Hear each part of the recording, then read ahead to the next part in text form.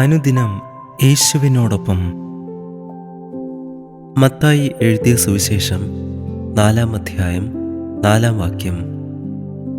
അതിന് യേശു, മനുഷ്യൻ അപ്പം കൊണ്ട് മാത്രമല്ല ദൈവത്തിൻ്റെ വായിൽ കൂടി വരുന്ന സകല വചനം കൊണ്ടും ജീവിക്കുന്നു എന്ന് എഴുതിയിരിക്കുന്നു എന്ന് ഉത്തരം പറഞ്ഞു. നമ്മുടെ ജീവിതത്തിൽ ശരീരത്തിന് ആഹാരം ആവശ്യമാണ്. അതുപോലെ നമ്മുടെ ഉള്ളിലെ ആത്മാവിനും വചനം എന്ന ആഹാരം ആവശ്യമാണ്. കർത്താവായ യേശു മരുഭൂമിയിൽ പരീക്ഷിക്കപ്പെട്ടപ്പോൾ സാത്താൻ ആദ്യം പറഞ്ഞത് കല്ലുകളെ അപ്പമാക്കാനായിരുന്നു. അതിനു മറുപടിയായി യേശു പറഞ്ഞ വചനമാണ് നാം ഇന്ന് ധ്യാനിക്കുന്നത്. ജീവിതത്തിൻ്റെ യഥാർത്ഥ അടിസ്ഥാനം ഭൗതിക ആഹാരം മാത്രമല്ലെന്ന് കർത്താവ് നമ്മെ പഠിപ്പിക്കുന്നു. ദൈവവചനം നമ്മുടെ ആത്മാവിൻ്റെ ആഹാരമാണ്. പഴയ നിയമത്തിൽ മോശെ ഇസ്രായേൽ ജനത്തോട് പറഞ്ഞ വചനം ഇതായിരുന്നു. ആവർത്തനം 8-ാം അധ്യായം 3-ാം വാക്യം. മനുഷ്യൻ അപ്പം കൊണ്ട് മാത്രമല്ല യഹോവയുടെ വായിൽ നിന്ന് പുറപ്പെടുന്ന സകല വചനം കൊണ്ടും ജീവിക്കുന്നു. ശരീരത്തെ ഭക്ഷണം ശക്തിപ്പെടുത്തുന്നത് പോലെ ദൈവവചനം നമ്മുടെ ആത്മാവിനെ ശക്തിപ്പെടുത്തുന്നു. രണ്ടാമതായി, ദൈവവചനം നമ്മെ നയിക്കുന്നു.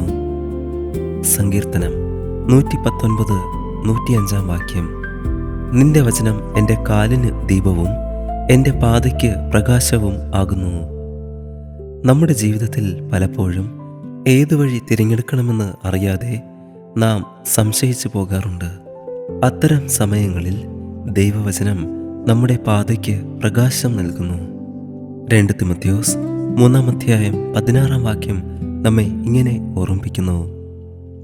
എല്ലാ തിരുവെഴുത്തും ദൈവശ്വാസീയമാകയാൽ ദൈവത്തിൻ്റെ മനുഷ്യൻ സകല സൽപ്രവൃത്തിക്കും വകപ്രാപിച്ച് തികഞ്ഞവൻ ആകേണ്ടതിന് ഉപദേശത്തിനും ശാസനത്തിനും ഗുണീകരണത്തിനും നീതിയിലെ അഭ്യാസത്തിനും പ്രയോജനമുള്ളത് ആകുന്നു. മൂന്നാമതായി, ഈ വചനം നമ്മെ പഠിപ്പിക്കുന്നത് ദൈവവചനം പരീക്ഷയിൽ നമ്മെ നിലനിർത്തുന്നു. കർത്താവായ യേശു പരീക്ഷിക്കപ്പെട്ടപ്പോൾ യേശു മനുഷ്യബുദ്ധിയെ ആശ്രയിച്ചല്ല മറുപടി പറഞ്ഞത്. ദൈവവചനം ഉപയോഗിച്ചാണ് സാത്താൻ്റെ പരീക്ഷണത്തെ നേരിട്ടത്. അതുകൊണ്ട് നമുക്കും പരീക്ഷകളുടെ സമയത്ത് ദൈവവചനം ഹൃദയത്തിൽ സൂക്ഷിക്കണം. സങ്കീർത്തനം 119, 11-ാം വാക്യത്തിൽ ഇങ്ങനെ പറയുന്നു: നിന്നോട് പാപം ചെയ്യാതിരിക്കേണ്ടതിന് ഞാൻ നിന്റെ വചനം ഹൃദയത്തിൽ സംഗ്രഹിച്ചു വച്ചിരിക്കുന്നു.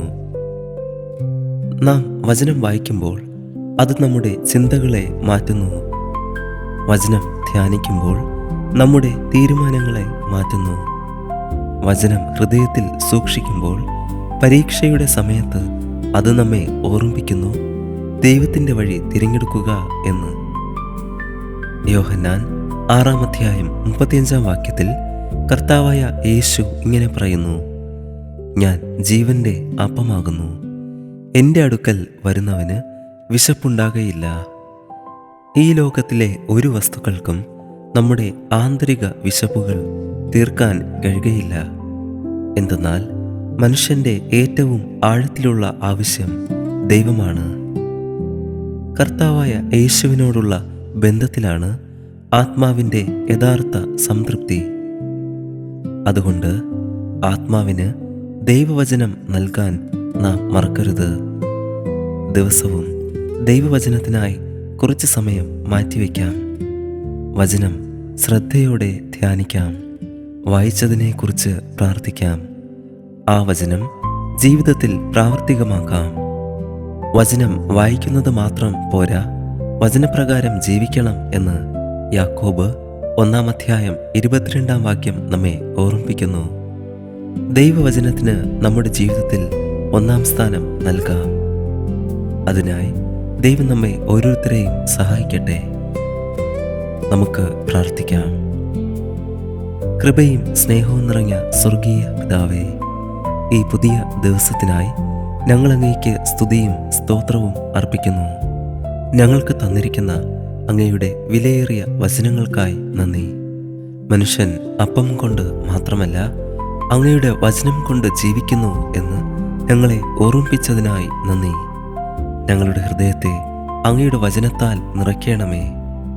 വചനം അനുസരിച്ച് ബുദ്ധിയുള്ള മനുഷ്യരായി ജീവിക്കുവാൻ ഞങ്ങളെ ഓരോരുത്തരെയും സഹായിക്കണമേ.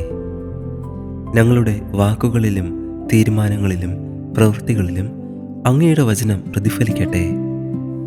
സകല മാനവും മഹത്വവും പുകഴ്ചയും അങ്ങേക്ക് തന്നെ അർപ്പിക്കുന്നു. ഇന്നത്തെ ദിവസം ഞങ്ങൾക്ക് അനുഗ്രഹിച്ച് നൽകണമേ. ഞങ്ങളെ തന്നെ താഴ്ത്തി സമർപ്പിക്കുന്നു. കർത്താവായ യേശുവിൻ്റെ നാമത്തിൽ യാചിക്കുമ്പോൾ പ്രാർത്ഥന കേൾക്കണം സ്വർഗീയ നല്ല പിതാവേ. ആമേൻ. God bless U.